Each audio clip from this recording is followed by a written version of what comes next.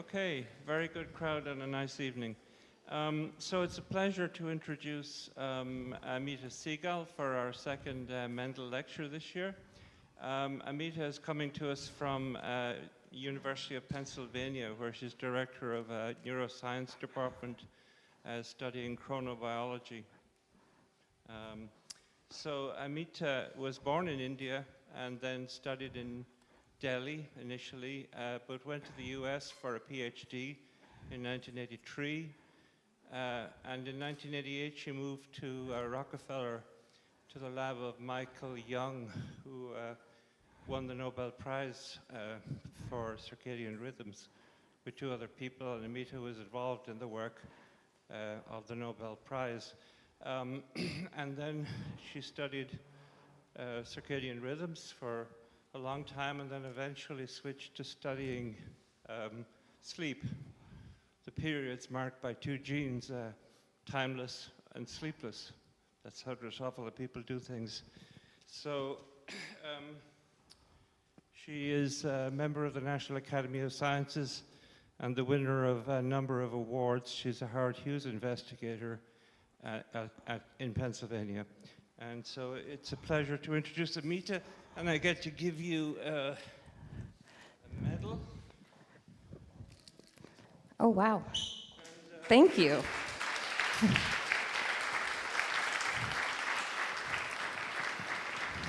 an award of some kind. Great. Ooh! Oh, it's okay. And that's gold. Sorry.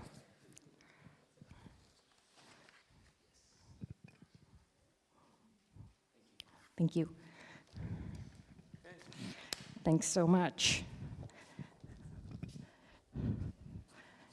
So thanks. Can everybody hear me? I hope. Is it too loud?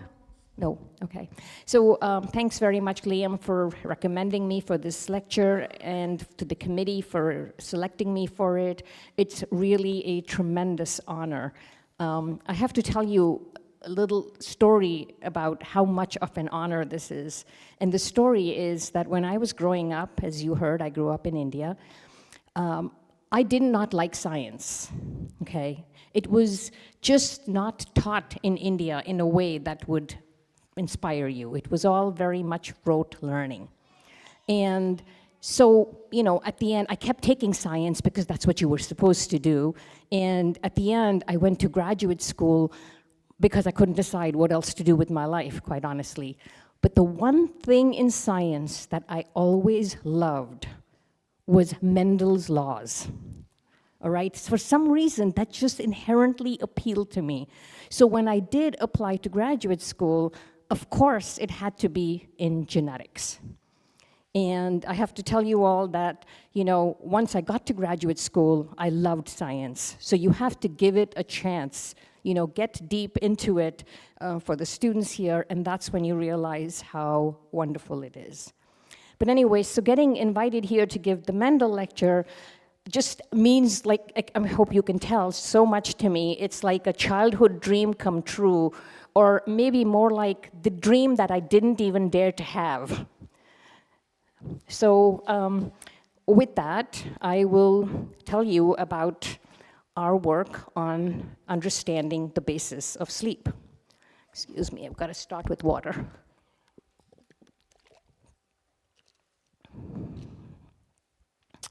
All right, so what I'm going to do today is give you some background on how we came to study sleep, then tell you about our efforts to understand on a molecular level how sleep is regulated, and then move to this, you know, ultimate important question of why we need to sleep.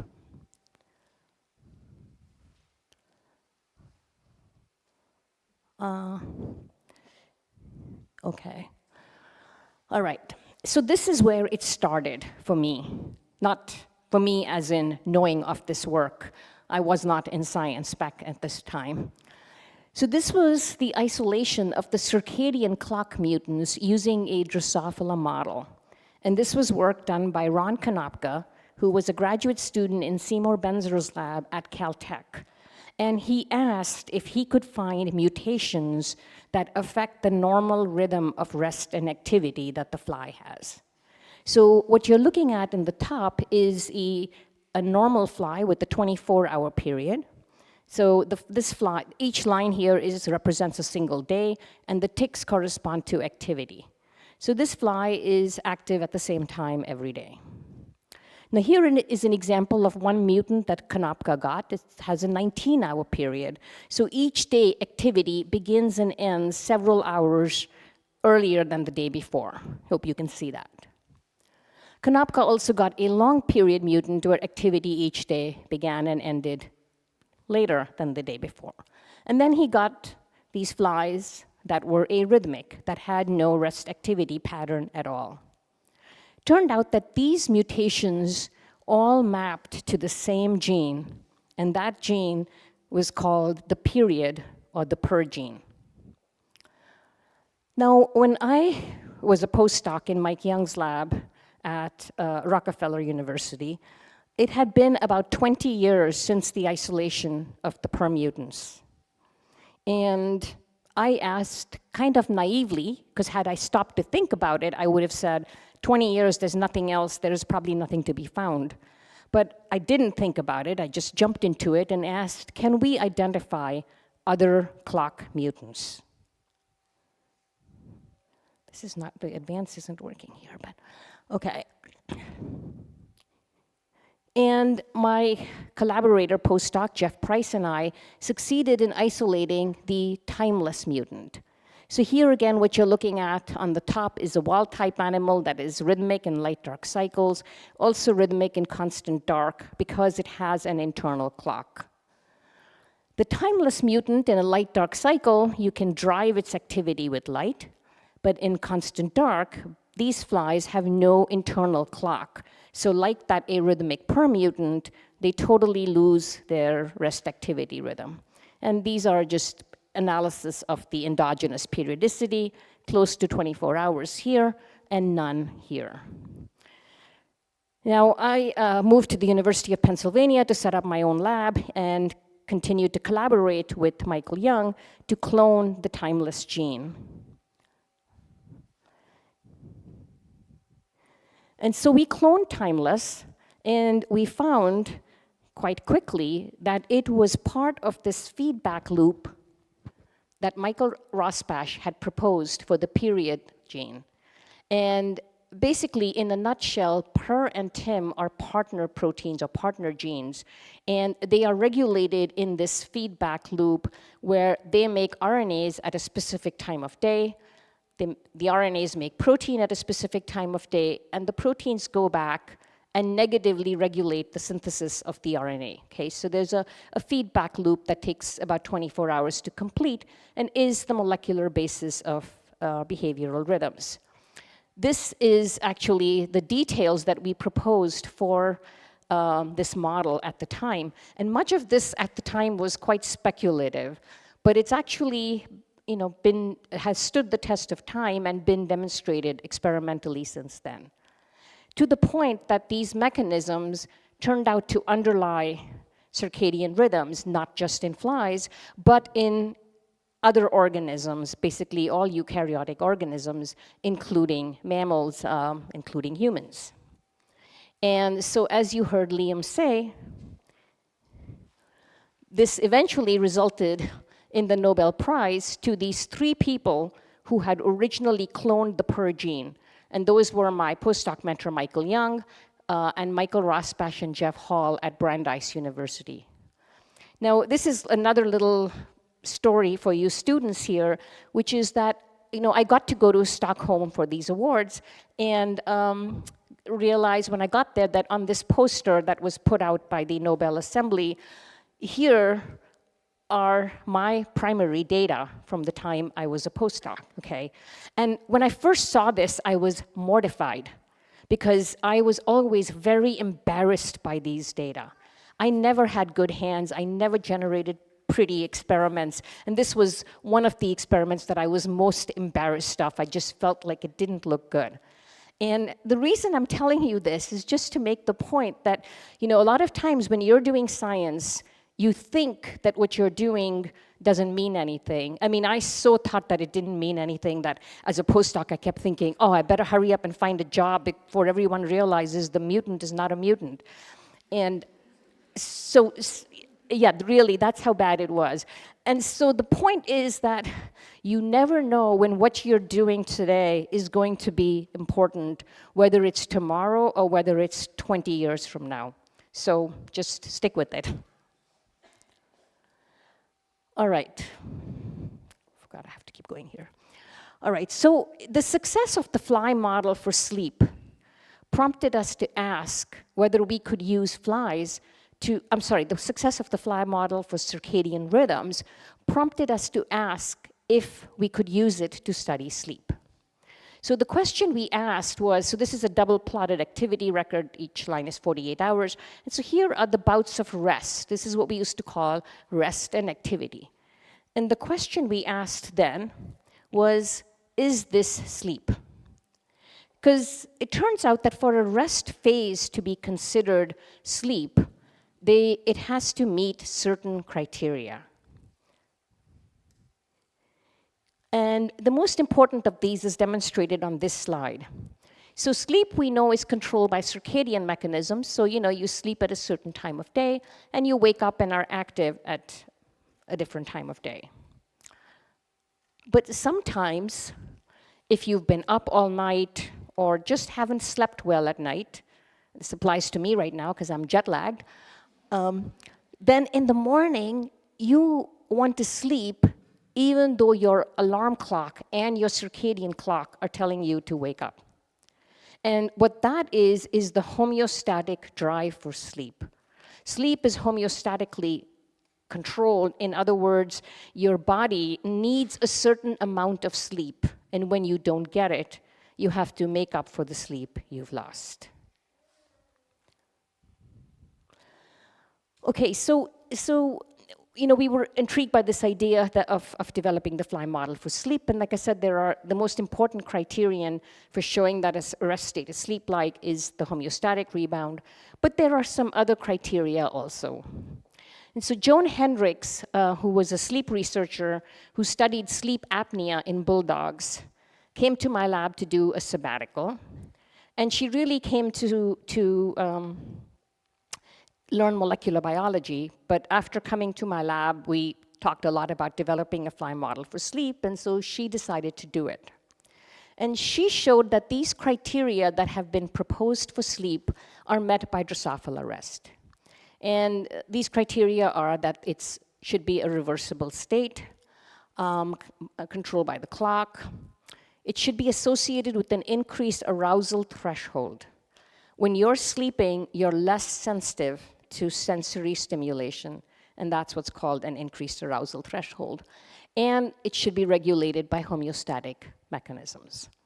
And Joan found that all of this was true for fly sleep. She found additional features of fly rest that are reminiscent of human sleep. They're not criteria, but turns out there are age-specific and gender-specific patterns. It is correlated with electrophysiological and molecular changes. Now, I should say that while we can do some electrophysiology in the fly and show these electrical correlates with the behavioral state, we cannot do EEGs in the fly. Okay? There's just no way that we can implant electrodes in behaving flies. Finally, we find that fly sleep responds to drugs that affect human sleep. So much so that we've even used the fly to find novel chemicals that can regulate sleep amount. Now, this fly model was developed simultaneously by Paul Shaw in Giulio Tononi's lab, and it has been adopted by many, many labs around the world. Today, there are at least 50 labs that study fly sleep. I mean, I started counting one day and, I stopped at 50, but there are at least that many labs that are studying fly sleep. And it also inspired the development of other models for sleep. And those are shown here. So over the years, since we developed fly sleep, these other models for sleep have been developed, okay? Down to jellyfish. I mean, the worm, the fly, and the fish are the ones that are most popular, that are being used a lot. But there are some really cool experiments that are being done with some of these other models. I mean, a talk I was at recently, they showed that with hydra, which regenerate, if they cut the hydra in half, then the part with the head sleeps, and the part with the body doesn't until it regenerates a head. All right, so the question, I should point out that we don't expect every feature of sleep to be conserved from, let's say, jellyfish to humans. But if sleep is as important as everybody thinks it is, and it is found in all these organisms, then there must be some fundamental aspects of it, of its function, that may be conserved. And that's really what we are going after. Okay, so with that, I'm going to tell you about our efforts to understand on a molecular level how sleep is regulated. I told you I love genetics, and the fly lends itself beautifully to genetic approaches. In particular, what we want to do with a process like sleep. I mean, the reason we developed a fly model was because very little was understood about molecular basis of sleep. And we would say that when there's very little understood, then the best approach is an unbiased approach. Okay, you don't go in with any preconceived notions of what might regulate sleep. You let the animal tell you. And the way you can do that is with forward genetic screens that can be done very effectively in Drosophila. So Drosophila has distinct advantages for forward genetics, which is basically you mutagenize the animals and look for ones that are aberrant in your process of interest. It's well established as a model. For us, there were two particular advantages that Drosophila had for doing a screen for sleep mutants.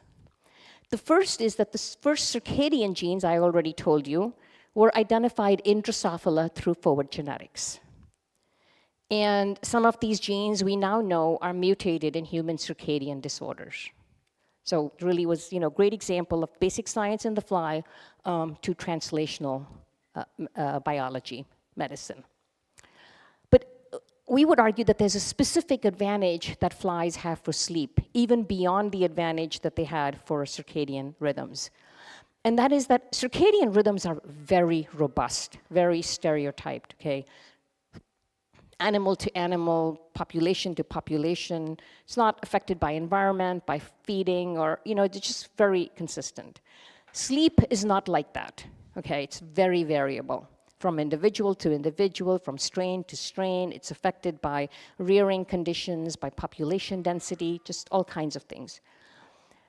And so with sleep, we feel that in order to get a mutant that you can use to dissect mechanism, you need a very robust phenotype. You need something that's cleanly separated from the very wide distribution in a normal population. And in flies, that's easier to do because there's less redundancy and less compensation. So here is the first mutant we got from a genetic screen in flies, and we called it sleepless for obvious reasons. So here are sleep profiles in male flies and female flies. Most of the sleep is at night, but there is an afternoon siesta that's more pronounced in males. And very robust. You can tell from looking at a record whether it's a male or female. And the sleepless mutant has greatly reduced sleep in both sexes, reduced by greater than 80%. And now here are short sleeping mutants isolated through such forward genetic screens by our lab and by others. And you'll notice here that they fall into some different pathways. A lot of them are affecting the neuromodulator signaling pathways like dopamine and GABA and membrane excitability, voltage-gated potassium channels. So the question is, so we mutate these genes and we get less sleep. So are these genes the homeostat? Are they the ones that are driving sleep when you don't get enough sleep? And we think the answer is no. Because for the most part, if you overexpress these genes, you don't induce sleep. So it seems like they are necessary for sleep, but they're not sufficient. And the function of these genes kind of supports the idea that they're not drivers of sleep, because they are all neuromodulators. And so we think what they are required for is to modulate the nervous system in response to the homeostatic drive and allow sleep to occur. And so the homeostatic drive is something else. Now, that doesn't mean that they are not important.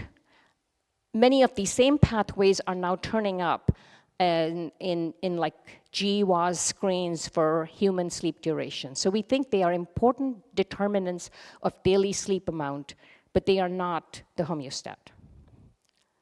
So question is, can we find genes that induce sleep?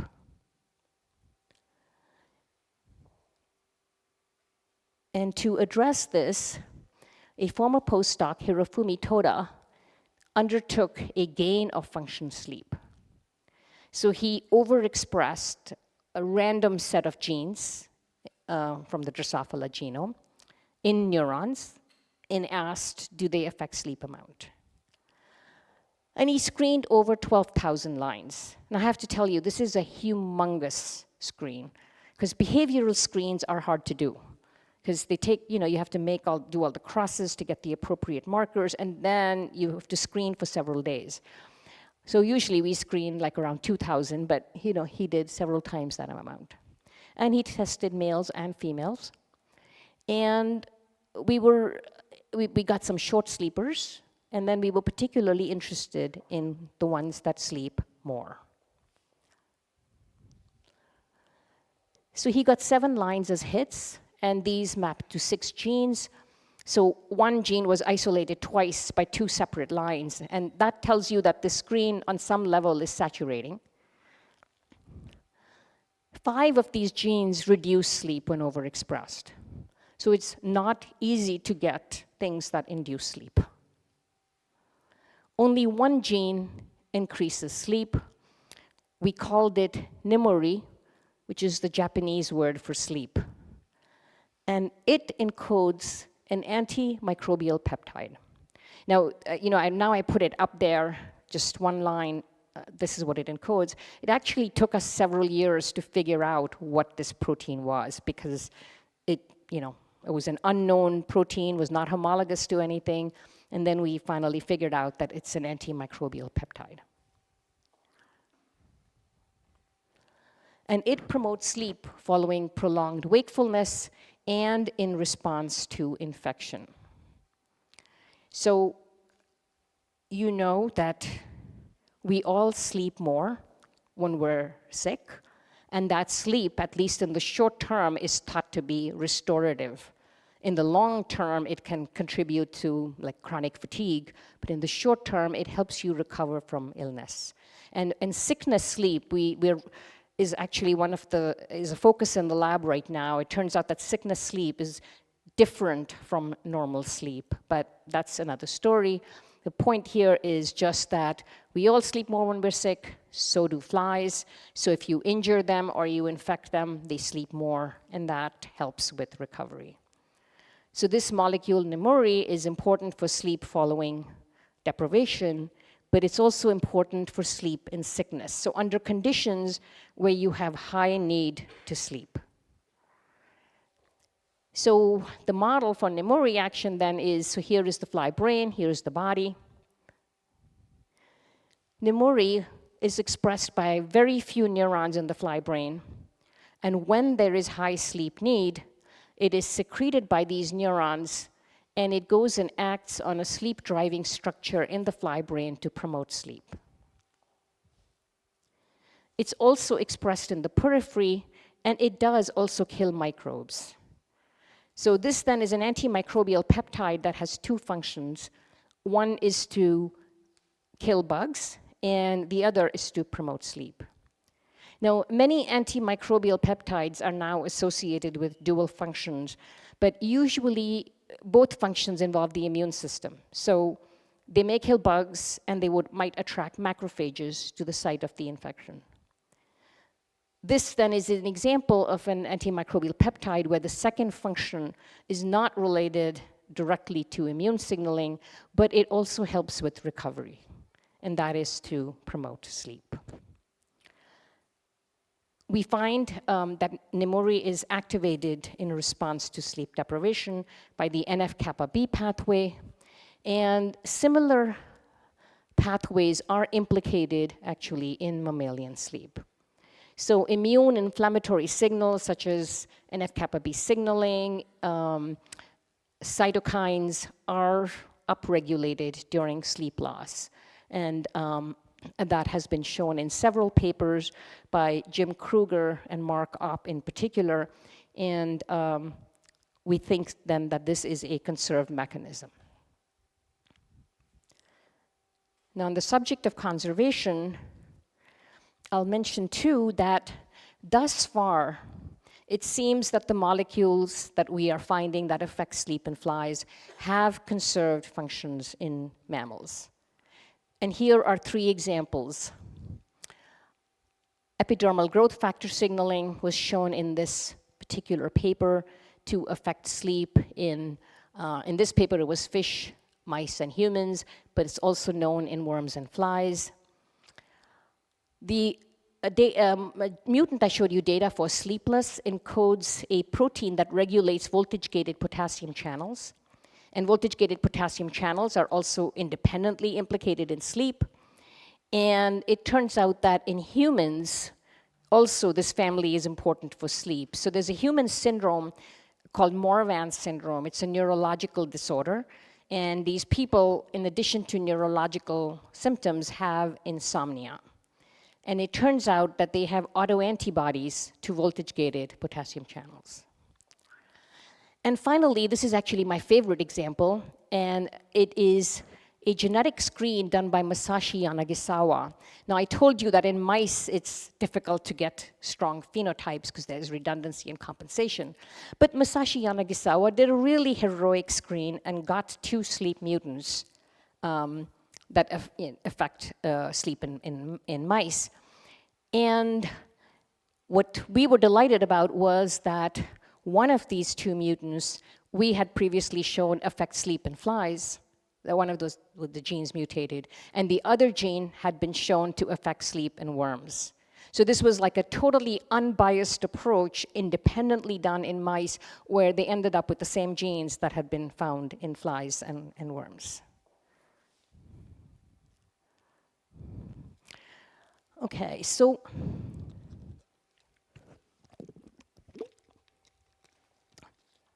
that's kind of gives you hopefully a broad sense of where we are at with identifying molecules that regulate sleep. And what I want to do in this last part is talk about why sleep is necessary. So we spend 1/3 of our lives sleeping, or we should spend 1/3 of our lives sleeping. I know most people don't. I actually try to always get 8 hours. And yet we don't really know why we sleep. Okay, sometimes that comes as a surprise to people. They're like, really? And it's like, no, if we did, I mean, the drug companies will say things to us like, can you come up with something that we can give people that allows them to do without sleep? Because think of how much more productive you could be if the function of sleep could be like put into a pill. Or we'll have the people like the army saying when we send our soldiers overseas, they're sleep deprived, and can you give us something that will help them? And the answer is no, because we don't really know why we sleep.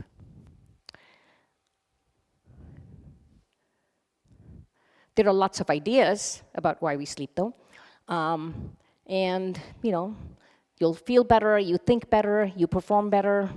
Of course, the best sort of known speculated function for sleep is that it is required for the consolidation of memory, for cognitive ability. And I think that at this point, we've gone beyond this being a hypothesis. I think that there's enough data from all the models looked at that sleep is important for memory, for cognitive function. But to us, we're reductionist scientists, we do cell and molecular biology. It doesn't tell us what it's doing to promote memory. But yeah, some people will say you behave better, maybe you even look better. So one way to figure out why a process is important is to knock it out. And of course, those studies have been done in humans and in all the other animal models. What happens with sleep deprivation? Of course, you have effects on cognitive function. A lot of the work on this actually was done by my colleague David Dinges at Penn in human subjects. And, but loss of sleep also affects the immune system, it affects metabolism, and it can lead to, risk of heart disease. Just basically, it has systemic effects.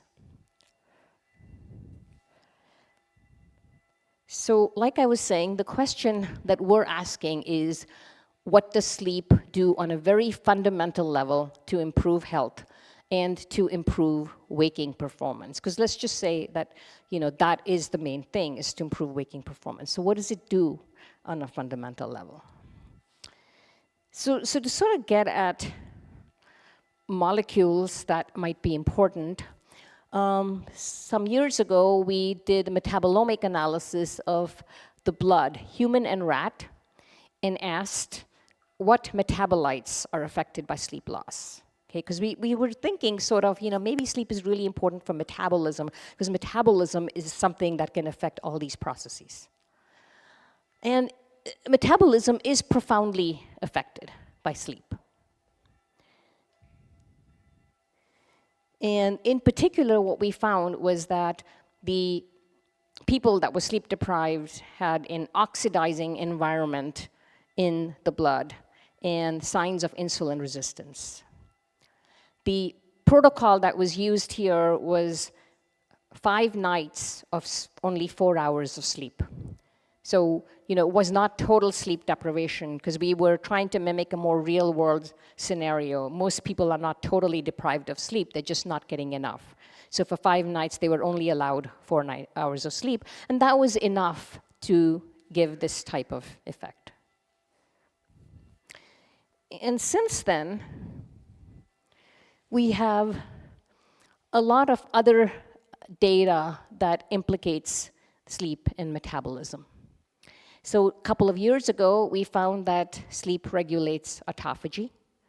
And autophagy, of course, is the clearance of cellular waste through engulfing it in autophagosomes and degrading it in lysosomes.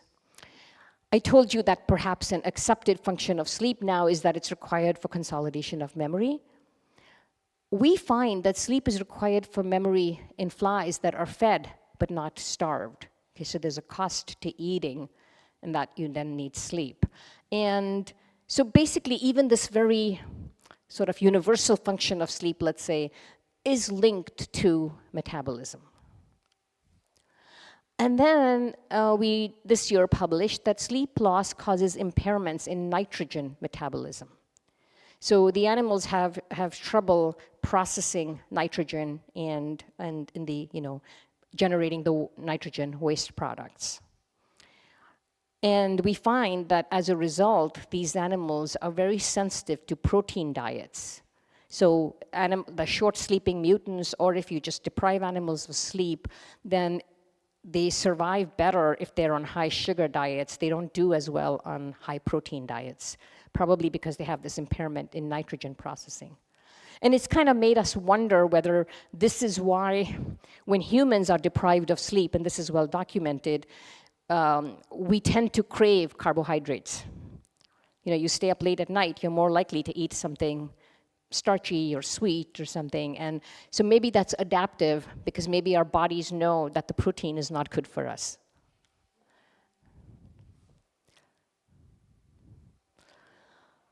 So is there a particular aspect of metabolism that's particularly sensitive to sleep?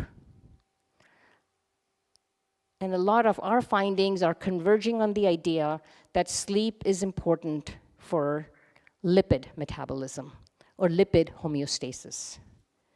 And I'm going to show you evidence from 2 different projects in the lab that support this idea. But in fact, we have evidence even beyond these 2 projects. So the first piece of work was started by a graduate student, Greg Artushan, and it was continued subsequently by a Fu Lee, a postdoc. Greg has since graduated. He's a postdoc at Hopkins, and Fu Lee has carried it on.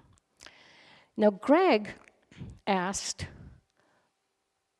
he was interested in the role of glia in sleep. Okay, everybody studies neurons. He said, I'm sure glia have a really important function.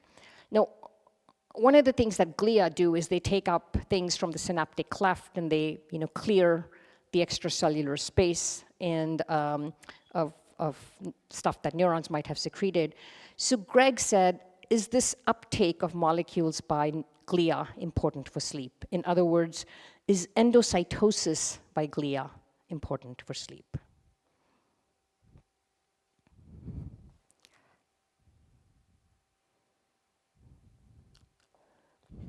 And what he found was that if he blocked endocytosis in glia, he increased sleep and sleep need. So here again is a sleep profile. Black and gray are controls, and green are animals where endocytosis is blocked in glia, and these animals sleep more. Now, why am I saying it increases sleep need? The reason I'm saying that it increases sleep need is because these animals also seem to have a huge need for sleep such that it's very hard to wake them up. So at the bottom, what you're looking at is an experiment where we sleep-deprived flies at night. And so the controls get sleep-deprived, so sleep has come down a lot. The animals where endocytosis is blocked in glia continue to sleep through the stimulation. So they have very high sleep need. And then again, that's plotted here. Now, flies, like mammals, have different classes of glia.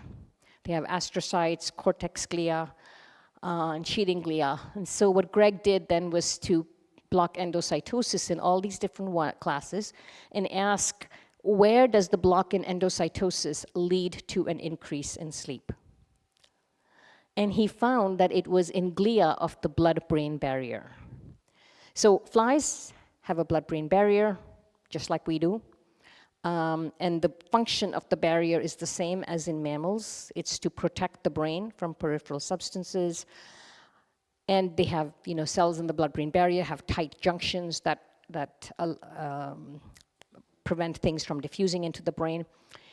But it's a little different from the mammalian model in the sense that the blood-brain barrier in flies is made up of 2 layers of glial cells. And Greg found that if he blocked endocytosis in either of these 2 layers, he got an increase in sleep. Now, why might blocking endocytosis increase sleep? And we had this very simplistic way of looking at it, which is, could it be that endocytosis is something that needs to happen during sleep? So if the animal has inhibited endocytosis, so endocytosis is low, then it needs to sleep more in order to accomplish that same function. So we set out to measure endocytosis, and we looked the beginning of the morning and the beginning of the evening. This is when flies have just woken up after a night of sleep, and this is where they are falling asleep after a day of wake. And endocytosis is high when they have just fallen asleep after a day of wakefulness, and it is low when they are awake after a night of sleep. Now, we are also a circadian lab, so anytime we see something like this, we ask, is it because the circadian clock decreed that this is the right time, or is it because of the behavioral state?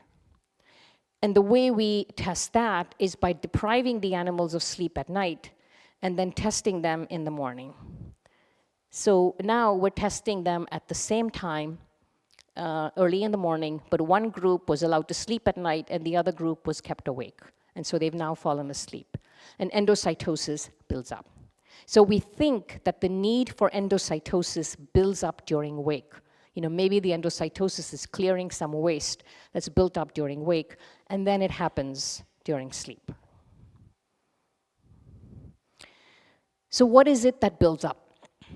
How does decreased endocytosis through the BBB affect the metabolic profile? We did metabolomic analysis of heads, and we found that there was a huge increase in lipids, but in particular, this class of lipids that are called acylcarnitines. Acylcarnitines are fatty acids that are conjugated to carnitine for transport to the mitochondria. And these molecules build up with decreased glial endocytosis. Now, the interesting thing is that we've noticed that acylcarnitines go up in every condition where there's increased sleep need. So if you deprive animals of sleep, even in our human studies, we have noticed this. And in our short sleeping mutants, which are unable to sleep, there's high sleep need, there's increased acylcarnitines. So we think this is actually like a marker for sleepiness. And these are examples of some of the acylcarnitines that go up. They're mostly medium and long chain acylcarnitines. Now, how is it that acylcarnitines are building up? We asked what transport mechanism. So, when you're blocking endocytosis, what you're doing is preventing receptors and transporters from doing their function in the blood-brain barrier. So we asked what receptors and transporters that are specifically affected by endocytosis are responsible for the effect on sleep. And so to test this, Greg screened for sleep-regulating transporters and receptors. And his initial screen, showed a few receptors and transporters. Importantly, lipid transporters actually initially didn't come up in the screen, and then we realized that they are redundant. And so there are two LDL-related receptor proteins in the blood-brain barrier, and if you knock them both out together, you get an increase in sleep. You get it if you knock them out in all glia and in blood-brain barrier glia, and that you're seeing here is the increase in sleep. So knocking out these lipid transporters is giving the same phenotype as the block in endocytosis. And knocking down carnitine transporters that are also redundant, so you knock them both down together, ORCT1 and 2, and you get an increase in sleep. Now, so this is all very well, these lipid and carnitine transporters are giving the same phenotype as the block in endocytosis, but are they giving the same increase in acylcarnitines? And the answer is yes. So the data I'm showing you here are for LRP, the lipid transporters. You get an increase in acylcarnitines. And I'm not going to show you the data, but basically the carnitine transporter knockdown also increases acylcarnitines. Now, whenever something goes up with sleep deprivation or under a condition where there's high sleep need, it's always a candidate for something that induces sleep. Okay, and these experiments actually relate to these experiments that have been done with large mammals like sheep and goats, where it was basically found that if you sleep deprive these animals and you take out their cerebrospinal fluid and inject it into animals that have been allowed to sleep, the injected animals become sleepy. Okay, so the idea is that things are secreted with sleep loss that are promoting sleep. So we asked, do acylcarnitines increase sleep? And the answer is, sleep is great, is that they have small sleep promoting effects, very small. So they probably contribute to the sleepiness, but probably not in a big way. Okay.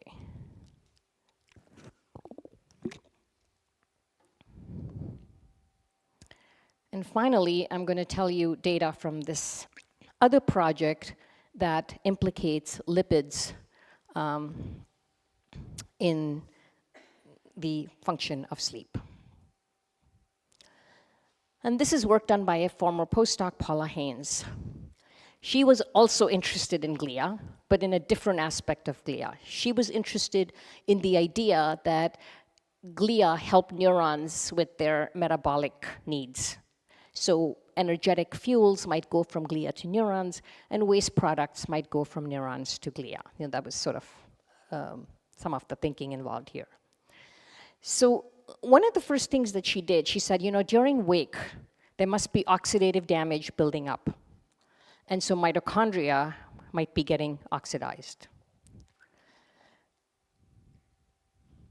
So she looked at the oxidation state of mitochondria in neurons and glia, and she found that in glia, the mitochondria get oxidized at the end of a day of wake or after sleep deprivation, as shown here.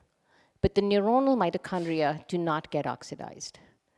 So this uses a reporter for mitochondrial oxidation, and you can see here that this oxidation is higher after sleep deprivation or at the end of a day of wake. Now, why might that be? Neurons are very active during wake, and they have lots of mitochondria that are active, and yet wake-dependent mitochondrial oxidation accumulates in glia. So Paula asked, could neurons be somehow transferring oxidized substrates to glia? And we were inspired here by the work of Hugo Bellin, who had shown that neurons do indeed pass their oxidative damage to glia in the form of peroxidated lipids. And then these lipids accumulate in the glia as lipid droplets. Hugo showed this in the context of neurodegeneration. He had models for neurodegeneration, and he showed that if you prevent the passage of lipids from neurons to glia, then the oxidative damage builds up in neurons, and the neurons die. So that's the neurodegeneration. So Paula asked, do lipid droplets build up with the daily sleep-wake cycle? And this is a little bit complicated, but the bottom line is she tested at the beginning of the day or the beginning of the day following sleep deprivation or at the beginning of the night. And she found that basically following wakefulness, whether it's at the end of a day of wake or whether it's after sleep deprivation, there is a buildup of lipid droplets in the brain, shown here. So several people in the lab have now noticed this. Lipid droplets build up with wakefulness. And these lipid droplets accumulate in glia, not neurons. So here, the green is the lipid droplets, and here is a glial marker. They co-localize. Here's a neuronal marker. They do not co-localize. So neurons do not build up lipid droplets. It's just the glia that do. Now, how do we know that the buildup of lipid droplets in glia is as a result of something that's happening in neurons? Well, if you increase, before I get there, Paula looked at which class of glia are important, and it turns out it's the cortex glia, which, for those of you who are not Drosophila people, this doesn't matter, but it's a specific subclass of glia where they build up. Okay, how do we know that this is dependent on neurons? If we increase neural activity, and we can do that by putting in a channel, a thermosensitive channel in neurons and activating neurons using that. You can do optogenetics, and in flies we do a lot of what's called thermogenetics. You activate the neurons. And so when you do that, you increase lipid droplets, and that's shown here in the purple relative to the controls. So lipid droplets accumulate in glia at the end of a day of wake, and they are due to neuronal activity that is presumably high during wake. Now, how are those lipids transferred from neurons to glia? So here again, we turn to the work of Hugo Bellin. And what Hugo Bellin showed was that the Drosophila orthologs of the proteins, which is ApoE, ApoD or ApoE, are the transporters that transfer lipids from neurons to glia. Now, some of you may be familiar with these proteins. ApoE4 is the highest genetic susceptibility factor for Alzheimer's disease. So it's a particular isoform of ApoE that is defective in lipid transfer. And Hugo showed that in this system as well, that the ApoE4 allele, which is a susceptibility factor for Alzheimer's, doesn't transfer lipids as well. And I'm going to tell you now that these are the relevant transporters even for the sleep-wake cycle lipid transfer that we're seeing. So, you know, sleep loss is thought to be a contributing factor to neurodegenerative disorders like Alzheimer's. And so this could be one of the molecular mechanisms that links the two, that the transporters that are regulated in the sleep-wake cycle are the ones that are relevant for Alzheimer's. Okay, and these are the data to show that these are the relevant transporters. They are found in neurons and glia. The lipid transporter, the ApoE lipid transporter in glia is called GLAS. And the data on the left are showing you that it affects the transfer of lipids. I know this is a little bit complicated, but just bear with me. In gray, you're looking at wild-type animals. And over the course of a day of wake, the lipid droplet increases content in glia. If you knock out GLAS, you lose this rhythm of lipid transfer, shown by the colored dots.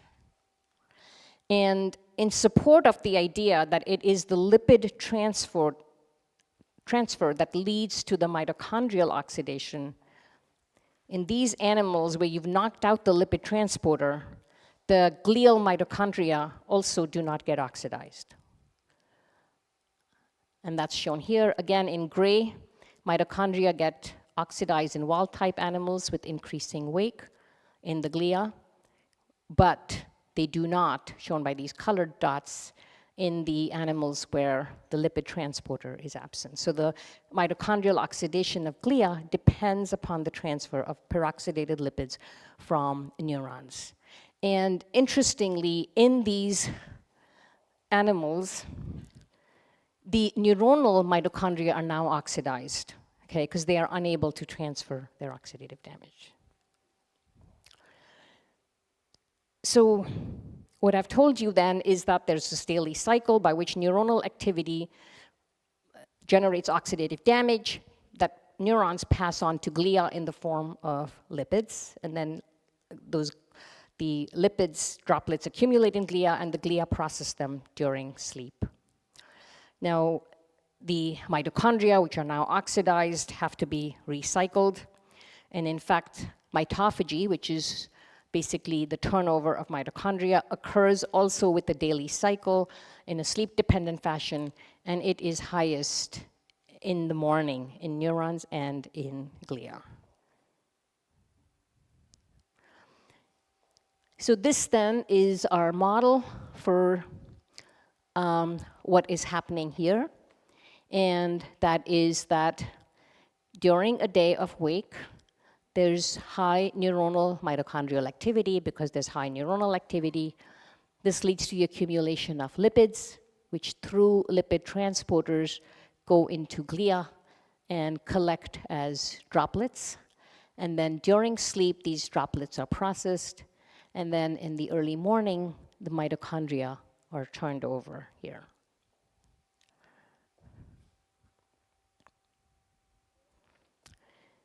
So what I've told you then, and I hope I've convinced you of, is that Drosophila can be used to dissect mechanisms underlying sleep, just as this model was used to dissect mechanisms underlying circadian rhythms. Molecules regulating sleep have been identified in flies, and many of these have conserved functions in mammals. I've told you that immune signaling modulates sleep and is particularly important for sleep during sickness, but also for sleep following deprivation. And finally, much of the data in our lab supports the idea that sleep is required for lipid homeostasis. I've told you about the transport of acylcarnitines through the blood-brain barrier that is dependent on sleep, a lipid cycle that transfers oxidative damage from neurons to glia.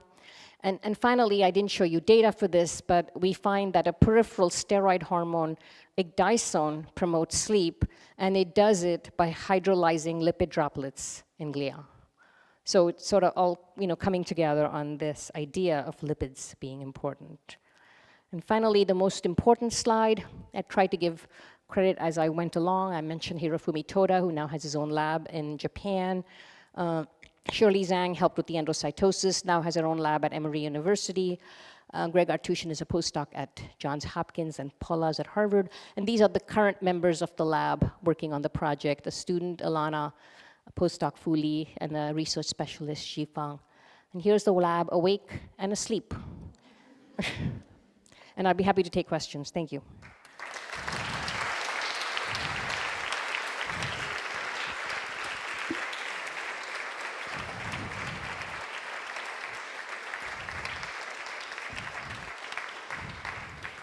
Okay, thank you, Amita.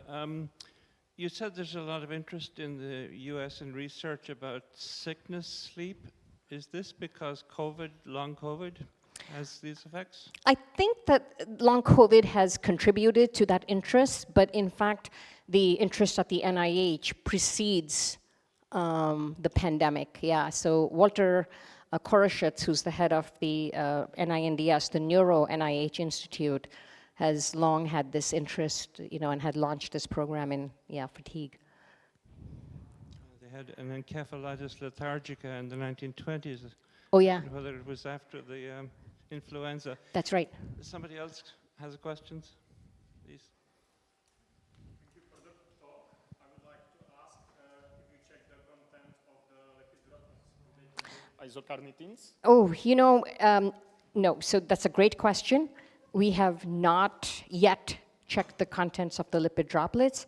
One of the problems that we've had with any type of metabolomic analysis is that most of the facilities that do this for us, they want a lot of material.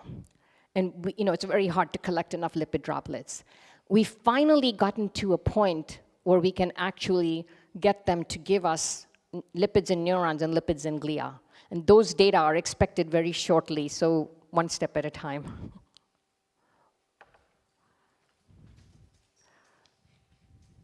Yeah. Go ahead. Yeah.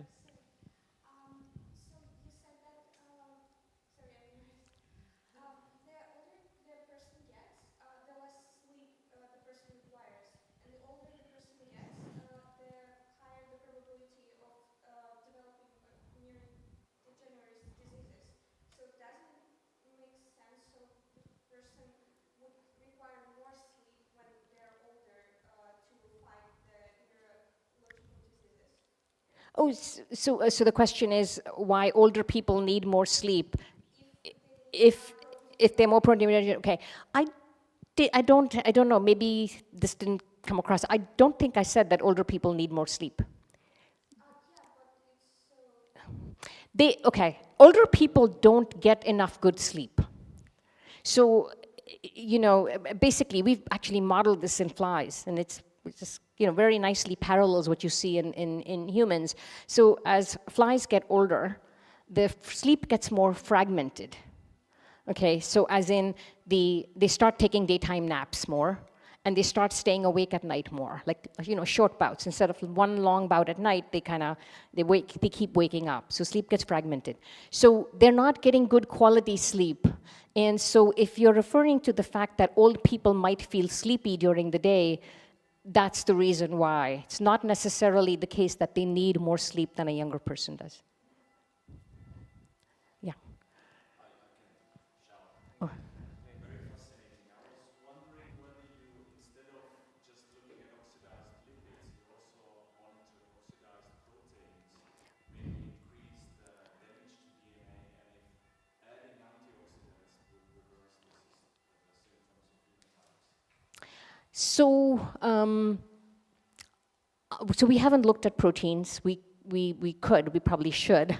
But we have looked at we've done proteomics in the context of sickness sleep, but not here. DNA damage actually is thought to increase with sleep loss.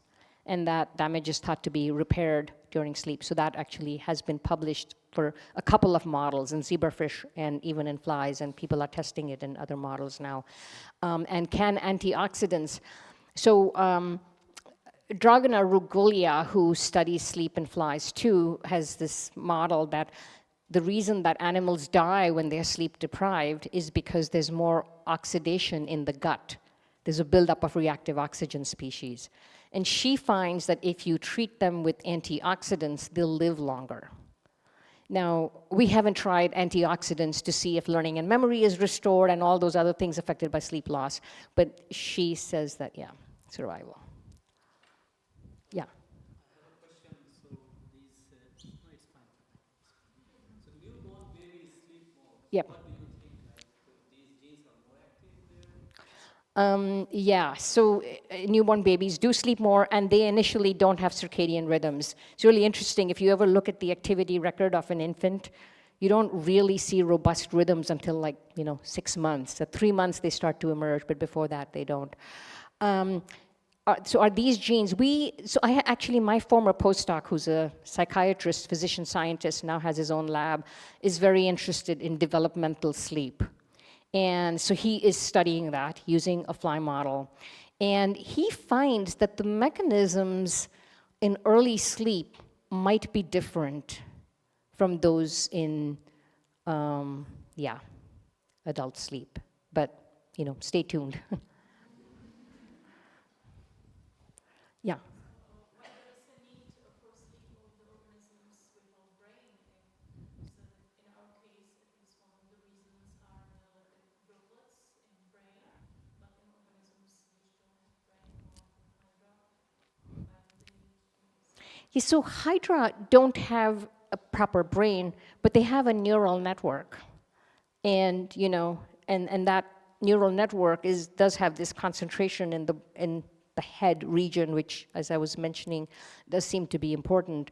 And so I'm being very speculative here, but it's possible that, you don't need, like, specific brain cells to drive sleep. The other thing I should mention is that all the efforts to study circuits that drive sleep are showing that there is no one specific cell type that is important to drive sleep. It's really distributed, neurons here and there that do it. It's unlike circadian rhythms. In circadian rhythms, there was a locus that is important for behavioral rhythms. It was just much more well-defined. I think sleep is very intricately involved with physiology, so it's sort of hard to separate it from other physiological things. But like the kind of mechanism I'm talking about here, right, like lipid droplets or oxidative damage, that could easily apply to the neural net that exists in hydra or in jellyfish. Yeah, sorry, go ahead. Sorry, one more question. Yeah? It's actually about people who have the mutation in ApoE4.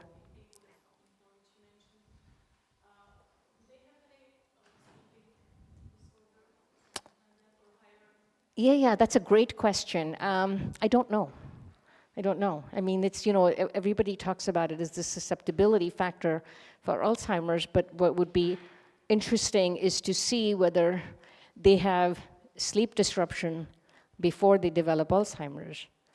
I mean, and I should say that in general, when people have looked at, people with Parkinson's or animal models or stuff, they do find that the sleep disturbances precede the obvious neurodegeneration.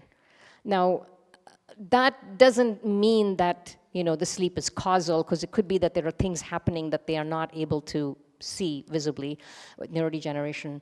But yeah, sleep does come before. But I don't know that has not been done for the ApoE4 in particular.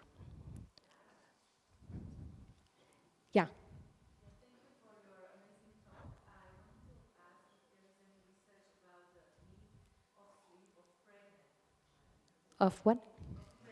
Of pregnant women. I haven't studied that, but I have interacted with people who do study that. I was once part of this, it was the Society for Women's Health Research, and I was on this committee, and the other people there were actually working with human subjects and studying sleep in pregnant women, in menopausal women, and the bottom line is that sleep is disrupted. And so women have to put up with a lot during all those periods of their life. I mean, they've looked at, sleep during menstrual cycles, and yeah, sometimes you have to wonder, like, is this really adaptive when, I mean, obviously it is adaptive to be able to bear children, but, you are compromising your health at the level of sleep. But yeah, that's about all I can say about it. More questions? Yeah. You as a circadian scientist, what do you think about the different chronotypes in the human, like somebody recognizing as night owl? Yes. Or morning? Because I had some professors like Matthew Walker talking about that this concept is not good in humans. So what do you think about it? Is not what, not unique to human? Yeah. He's saying that this concept does not work in humans. Does not work? Oh, okay. No, I think it totally works. Yeah, so it's well accepted in the circadian field that circadian patterns are different from person to person. Sleep need is different from person to person, okay? Not everybody needs 8 hours. I should say, though, that, by the way, on that subject, when people tell you they need sleep, don't necessarily believe them. Sometimes people are deceiving themselves and everybody else. They actually do need more. My colleague at Penn has done experiments where he brings people in, sleep deprives them, and then tests them for cognitive function. And the people sometimes who say they don't need much sleep are the ones who do the worst on it. Okay, so they do need more. They're the people who are crashing, falling asleep in seminars and whatever. So anyway, sleep need does vary, but from person to person, but not necessarily based on what people say about themselves. And the circadian chronotype also is a very real thing. So yeah, in the circadian field, we talk in terms of people being night owls or morning larks. And there are some polymorphisms, genetic polymorphisms, that have been found to correlate with one or the other. Those data are not that great, I will say, so far. But the general thinking is that within a certain range, these differences are caused by polymorphisms in clock genes. Then you have the extreme cases of very, very morning type, which is advanced sleep phase syndrome, and delayed sleep phase syndrome, which is very, very late. And those are caused by mutations in clock genes. So the idea is, the polymorphisms are what you find generally in the population, and then the mutations that run in families are associated with the extreme cases. So yes, it's a very real thing. And in fact, we talk a lot about how, jobs, for instance, how you can apply circadian rhythms to society, and who would be the best type of person for shift work. Most likely the night owl. And that, and also precision medicine and how it should be applied differently to larks and owls. Yeah. The lady asked about pregnant women, and I want to ask if an embryo has an awakened sleep conditions, or humans start to sleep only when they are born. I'm sorry, does the fetus have sleep? Yeah, so okay, it's something that's obviously very difficult to measure, but there is some evidence that yes, they do. Yeah. There are some studies that show that depressed people are prone to more sleep, and my question is if more sleep is damaging as less sleep? Yeah, so actually there are different kinds of depression, and they tend to be associated with, have different sleep phenotypes, I should say. So you're absolutely right that there are people who are depressed and they sleep more, and the depression actually gets treated by sleep depriving them. Yeah, it's actually, a method that is used. And I remember one time talking to a psychiatrist and saying, I just don't understand this, because when I don't sleep enough, I get depressed. Like, how could not letting them sleep enough make them feel better? And he said, well, that's because you're not clinically depressed. But if you are, yes, that can happen. But then there are other people who don't sleep well when they're depressed. And so there's that also. So you have to know which kind of patient you're dealing with. But sleep is also associated with, disruption is also associated with other psychiatric disorders, like big time with schizophrenia. And lithium, which gets used to treat schizophrenia, resets the circadian clock. And it resets the circadian clock by a larger magnitude in people with schizophrenia. Yeah. Excuse me if I waste a few seconds by something I could maybe pull up. I'm gonna ask whoever on the subject of sleep. Concerning the terms like early birds or night owls, Right. is this something that is usually considered to be only a thing of habit? So we could like artificially change ourselves, and if possibly a forced extreme sleep deprivation could be quite a breaking point. So, for example, if we're an early bird and for some reason we want to become a night owl, if we could like forcefully change our habits, or if there is also some more biological or genetical base for these. It is a more biological basis, yeah, for sure. And you might be able to break the habit, like, force yourself to do it because your job requires it.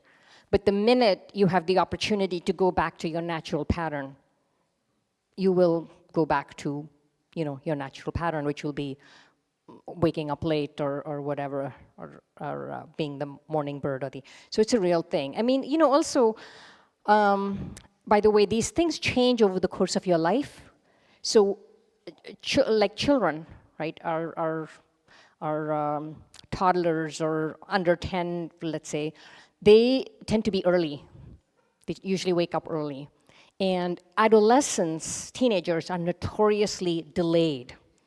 Okay, and so they never get enough sleep because they're delayed and their school times start early, and of course they stay up late to do their homework or social media or what have you. So there's all kinds of societal issues associated with them. But just to give you an example of how real that is, I have a colleague who has studied populations that live without electricity in like Africa or in South America, and they find that even among those people, the adolescents show this delayed phase. And older people tend to be early. Okay, thank you. I think we can call it a day. Thank you very much again.